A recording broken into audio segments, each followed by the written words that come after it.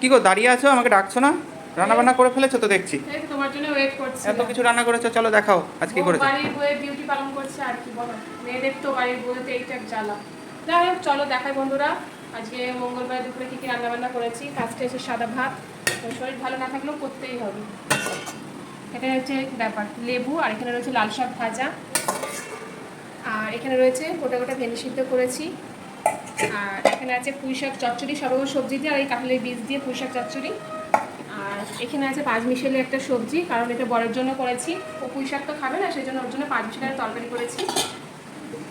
আর এখানে রয়েছে পাবদা মাছ, এই দেখো অনেকদিন পর আবার পাবদা মাছ, জানি তোমাদের শুনলে অনেকের খারাপ লাগে পাবদা মাছ, খালি আমরা পাবদা মাছ খাই। এখানে আর মাছও রয়েছে, এই দেখো আর মাছ আলু দিয়ে ঝোল করেছি প্লেন, কারণ আর মাছটা মা আর ছেলে খাবে। আর এখানেও সেম তাই রয়েছে মাছের ঝোল।